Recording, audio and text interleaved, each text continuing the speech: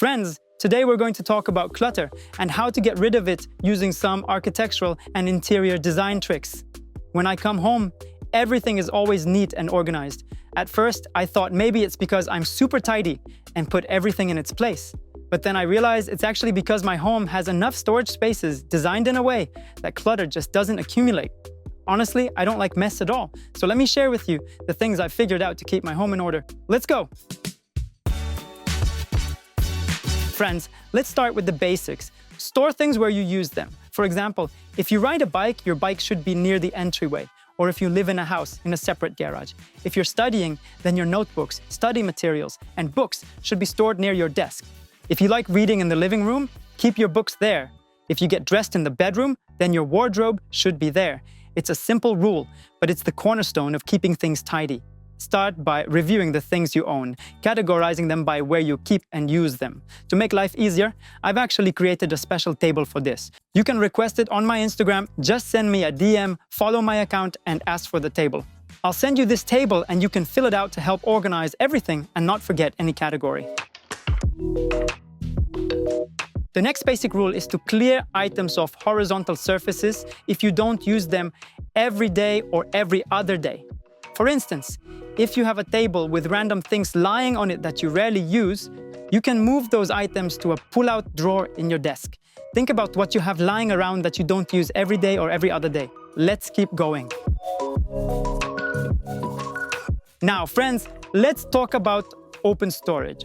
Most open storage shelves are placed by designers and architects to showcase decorative items or nice things people actually use and want to display. Open storage is also great for things you need quick access to, like bathroom items or toiletries, so try placing open shelves in the bathroom where you can't see them right when you walk in.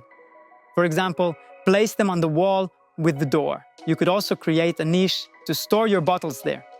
Or arrange it so part of the open storage is hidden behind a small wall or cabinet, so it's not visible when you enter the space. Usually, a lot of visual clutter comes from chargers and cables. To deal with that mess, here's a great trick. For example, if you have a desk, you can drill a hole in it and place outlets underneath. Through this hole, you can run cables to connect your computer or other devices that need to be on your desk. There are also lots of clips and cable ties available that help keep cords neat and organized so they aren't hanging everywhere. For instance, you can hide them behind the TV, like I have here with a blue cable. It's neatly coiled and hidden behind the TV, so you can't see it. Try to coil your cables and hide them behind niches or pieces of furniture. Another great trick for dealing with chargers and cables is to use a wireless charger, especially if it's built into a nightstand, for example. I was recently in Indonesia at a villa, and the nightstands there had these convenient built-in chargers. You just leave your phone on the nightstand overnight and it charges. No extra cords lying around. So, what should you do with the things you use daily? For everyday items, they're often left on horizontal surfaces because you use them daily. How can you organize this clutter? It's actually really simple. You can organize it using trays, small bowls, or dishes to hold these little things. Ideally, it's best to get rid of these little items, but if you need to keep them on horizontal surfaces, it's better to organize them using these methods. Now let's talk about semi-open storage, which is actually a great solution if you need to use something every day. It's when you don't have a fully closed door, but rather a niche that can't be seen from where you usually spend time. For example, there's a niche by the entrance in my apartment. When you enter, there's a spot to put your keys, but it's not visible from the living room or other parts of the apartment. Here's another example of these niches. A few years ago, I visited an apartment in Budapest, and when you entered, there was this large rectangular structure sticking out from the wall. It was actually a very functional storage system. You could reach behind it to store an umbrella, hang a jacket, or toss in small items. You can use this trick at home too, setting up niches for everyday storage needs. How else can you use these techniques? For instance, in my apartment, there's a shelf, a special niche where you can put shoes. You come in, take off your shoes, put them on this shelf, and head to the living room. But the shelf is positioned so that it's out of sight. By the way, here's a tip. If you're making a shoe niche, consider adding underfloor heating. Then, if you come home with wet shoes, you can put them in the niche and they'll dry. Heated flooring in this spot can be a great solution. Another tip for niches: add outlets in them, as you can often use these niches to charge devices or store gadgets like a smart speaker. It reduces visual clutter since these items need to go somewhere anyway. With outlets already in place, these devices can sit in the niches, helping to avoid clutter. Niches like these are great for hiding things like toilet paper. In my Moscow apartment, for instance, there's a wavy metal rectangle. Behind this metal rectangle is a storage system with a smart speaker, toilet paper, and a toilet brush, things you don't want to see in the bathroom. I have similar open storage to the right of my sink. If you reach into the side niche, you'll find toothbrushes and some jars that you need regularly when washing up. Another great trick for the bathroom is white shelves with a wall that hides most of the bottles. These shelves are perfect for concealing razors or smaller, shorter jars. Another great semi-open storage trick is a white shelf in my kitchen, where I store sponges, dish soap, and all the kitchen essentials. I keep everything on this white shelf, and it's completely out of the way. This shelf is very practical. It has a gap that lets water drain, so wet items don't stay soggy or create an unpleasant smell. For this type of semi-hidden storage, a great trick is a special holder to hang a sponge. This holder installs right inside the sink, often with suction cups, and you can simply place the sponge in it. The sponge will rest against the sink wall, staying out of sight but easy to use. Speaking of kitchen storage, you can also install a built-in dispenser for dish soap, so it's part of your countertop instead of a separate bottle. Friends, a few weeks ago, I released a video on my channel about kitchen trends and unique solutions. If you want more detailed ideas for kitchen organization, check out that video. The video has actually gotten a lot of views, so go take a look. It's really great. Let's continue with semi-open storage in the study. My study is set up with a large shelving unit that faces the wall, so any papers I put there are out of sight when you enter the room. This is very convenient, so consider using niches where you can place printers, scanners, books, papers, and everything you need for your workspace. Arrange them in a way that makes them easy to access while keeping visual clutter to a minimum. Now let's talk about hidden storage. You should have enough hidden storage to fit everything you own. For example, a large suitcase you take on trips can go on the top shelf of your cabinet. But for it to fit, the suitcase dimensions and shelf sizes need to be just right. I'll give you a table with standard large suitcase dimensions. You can plan your cabinets around these dimensions. Besides regular cabinets, there's hidden storage for cables too. For instance, a cable channel can run behind the wall from the TV to the shelf, so no cables are visible. Let's go into more detail about the TV stand.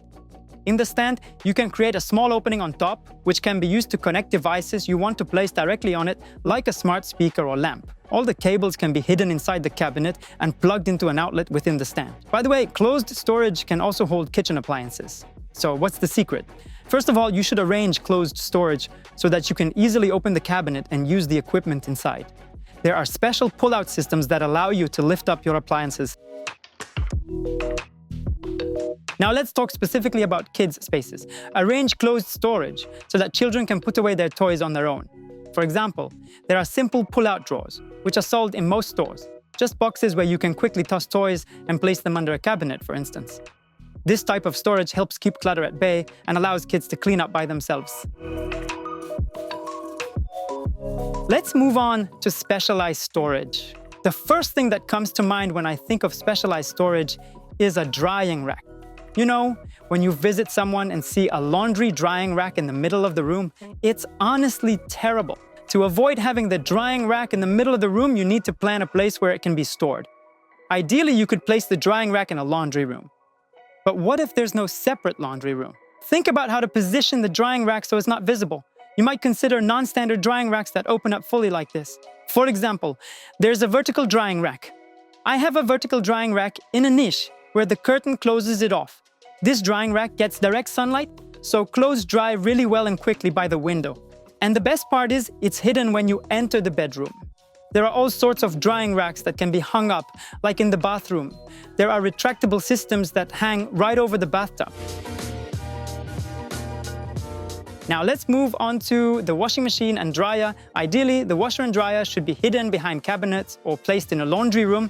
If you're hiding them behind cabinets, make sure the cabinets are a bit deeper so you can leave the washer or dryer door slightly open. This prevents moisture buildup, allowing things to dry fully and avoiding any unpleasant smell. But for that, the cabinet needs to be a bit deeper.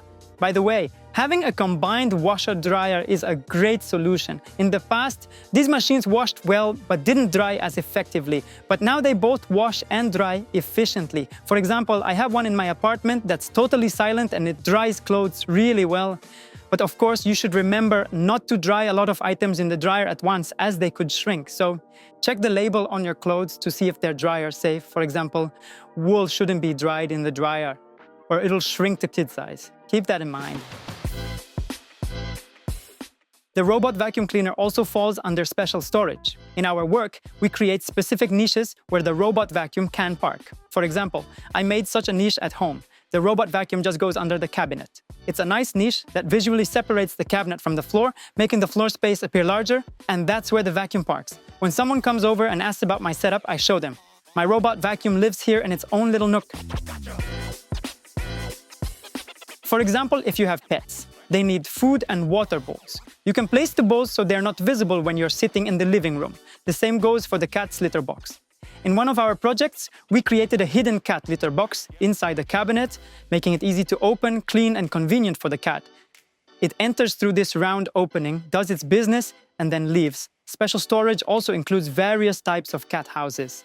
This is actually an issue because there aren't many well-designed, attractive pet houses available. However, there are some stylish and good options out there, so you can find something suitable. And of course, you can always create custom-made solutions. For example, designing a custom cat house at a higher spot that the cat can climb up to via certain pathways. By the way, I recently attended a Chinese expo where there were a lot of pet solutions. And you know, cats love getting into washing machines, so they had this toy washing machine designed for cats to climb into. It looked really cute and funny. And of course, when talking about special storage, don't forget about a utility storage area. For example, a place to store your mop, bucket, and other cleaning supplies. A separate cabinet is needed for this. Continuing with special storage, surfboards, bikes, snowboards, and all kinds of sports equipment should have dedicated storage designed to fit them properly and meet storage requirements. For instance, items like wetsuits need to be dried and require a separate drainage system. You need to plan for this from the beginning.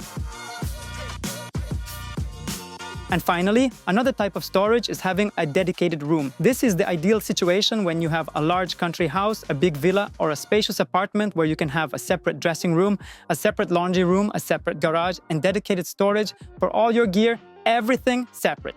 Then, of course, you can store all these things there. And the best part is that a separate room allows you to sweep all that clutter away, close the door, and have everything look nice.